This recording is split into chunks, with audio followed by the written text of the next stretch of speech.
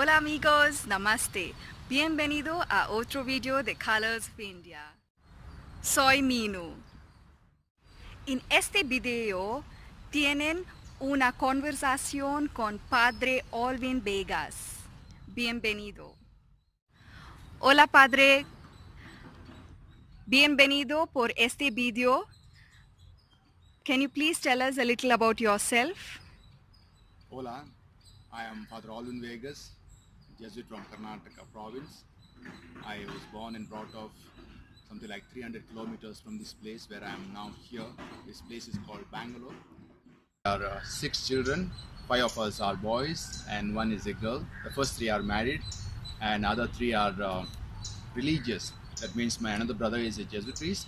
Then the fifth one is my sister, she's a nun and she is a spirit of our convent and headmistress of our school. And the sixth one, I'm the one. And I'm glad to be here and to say something about me and about India and the church in India. In 2001, I went to Russia as a missionary to do some work and studies there. Then I moved to Rome at the Gregorian University. I finished my first cycle of theology. Then I went to California, US for my master's in theology. Then I went to Oxford University, UK for my doctorate.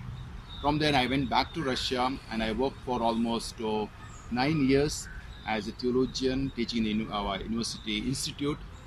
Then preaching retreats, helping out in the parish, giving counseling to people, and I was involved quite a lot of things, including director in charge of publishing house and also a seminary. Unfortunately, my health got bad and I had to return to India, and I'm recovering. I'm in a very good health now, and currently I'm working here in this Jesuit retreat house as a retreat preacher, the sisters, fathers, and lay people. I'm also teaching here in our degree college. Also, I take some courses in the Perana Jesuit Spirituality Center. I also take masses in our parish house, in our parish, and help out people in different ways. The founder of Christianity in India is Saint Thomas the Apostle. Once Jesus ascended into heaven, all the disciples of Jesus, the apostles, dispersed to various parts of the world. And one of them is Saint Thomas, often he is called as Doubter. He came to India. You may ask question, how did he come to India? There was a trade relations between Roman Empire and Indian kings. And the trade was usually happened through the Arabs. And Israel, the Egypt and Syria is not very far from India. And the trade relations would take place like today's Syria, then Iraq, Iran, Afghanistan, Pakistan, and India. Because at that time, India means it consisted also Pakistan and today's Afghanistan. It was a one big kingdom. So through them, St. Thomas the Apostle came to India, and they say that he landed in Kerala, south of India. That's where he proclaimed the Christianity in the year 50 AD. He also did a lot of work with the fisheries people, baptizing them, catechizing, and finally he died a martyr's death in Mylapore, that is in today's Chennai or Madras, and his tomb is there and is very much venerated. That's why often Christians in India called as Thomas Christians, and it is widespread today. In India, there are more than 20 million Catholics, and there are 174 dioceses and more than 250 bishops. There are 4 cardinals in the Indian church. Interestingly, India has 3 rites: Latin rite, Syro-Malabar rite, Syro-Malankara rite. All these 3 rites come under the jurisdiction of Pope. And there is a lot of activities going on within the Catholic Church. The Catholic Church runs thousands of schools, colleges, technical institutes, retreat houses. Father, India is a land of religions. So could you tell us about how Christianity is amidst the other religions in India? Yes. India is called as the cradle of religions. It is not only many religions came up, born and in this country, but also other religions came to India. Hinduism, Buddhism, Jainism, Sikhism, and other small religions have started in India. Religions like Christianity, Islam, Zoroastrianism came from other countries to India. And when they came into India, of course, there was little resistance, but Indian culture is such, it always absorbs, or it always receives. So the Christianity got absorbed into India very well.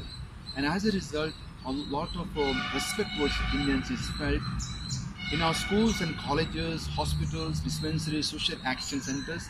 Hindus, Muslims, Jains, Buddhists all receive our help, and there is a lot of mutual giving and receiving. We should understand also our ancestors were Hindus, and we have come from them. So we also have great respect towards other religions, Hindus, Muslims, and Buddhists and Jains, and we participate in their feast and celebrations. We go around doing things, we contribute to their feast, and they to contribute to the feast that we celebrate. Also, they give money when we have to build the churches. There is a lot of give and take, and the harmony is very good. Father, could you tell us a little about the future of Christianity in India? Okay, Christianity in India is growing, may not be growing in a faster rate, and there are people who are still accepting Christianity as their religion. They want to accept Jesus as their savior, and not many people are interested. India is also growing in literacy rate, so people are getting educated, and there is a lot of interest among people to know and see how things are going on about religions. Um, there are a lot of vocations to the priesthood nuns. India has one of the largest number of women religious and also priests belong to various religious congregations. And working very hard to make its impact in this world. Usually Indians have got many children. As a result, there are also vocations, and there is a lot of devotions to Mary, to saints like Antony, Saint Jude, Saint Michael, Saint Francis of Assisi, and Francis Xavier, and others. Interestingly, we should know that Goa is a place once upon a time, during the time of Francis Xavier, became the center of Christianity. If Thomas the Apostle was the founder of Christianity in India, then Francis of Xavier was the second apostle of India. You can say in the 16th century, this Jesuit came to India and began a great missionary work. He went on catechizing and baptizing to the coast of Kerala and Tamil Nadu. Then he went to Malakai, Japan, and finally he wanted to go to China. And he did a lot of work in Christianity and spreading it. And Saint Francis Xavier's body is still intact, and it is in Goa. Father, could you share your message to all the Christians in India and around the world? It is very fascinating to see India is growing, and people are very nice people here. People like colors, people like celebrations, people like large families here. People also like good relationships. And India is a country where many religions live together, and very rare incidences of enmity take place. Otherwise, we have fantastic relationships. And there is a lot of things going on in India. Indian economy is growing very well. Often we think that India is a very poor country. People are born on the streets, on the pavements. Everything is dirty, and they don't have houses. Actually, India is one of the very fast growing and developing countries in the world. Bangalore is the second city after Tokyo, the fastest growing city in Asia. India is also the seventh largest economy in the world. India also produces its own cars, its own buses, its own trucks, and other things. India's population is very large. It is the second largest in the world after China. It has a population of 1.2 billion, And so there is a lot of things are going on well, going on here in India, and Christianity also making its presence felt very much active in politics, in economy, in social culture, and art, and so on. So friends, come and visit India, and you'll see a lot of things going on. Especially, come to India, and your faith will certainly grow very much. And I wish you all the best. God bless you. Thank you, Father.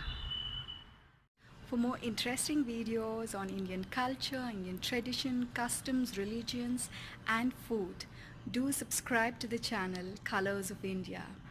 Namaste. Dhanyavad. Hasta pronto.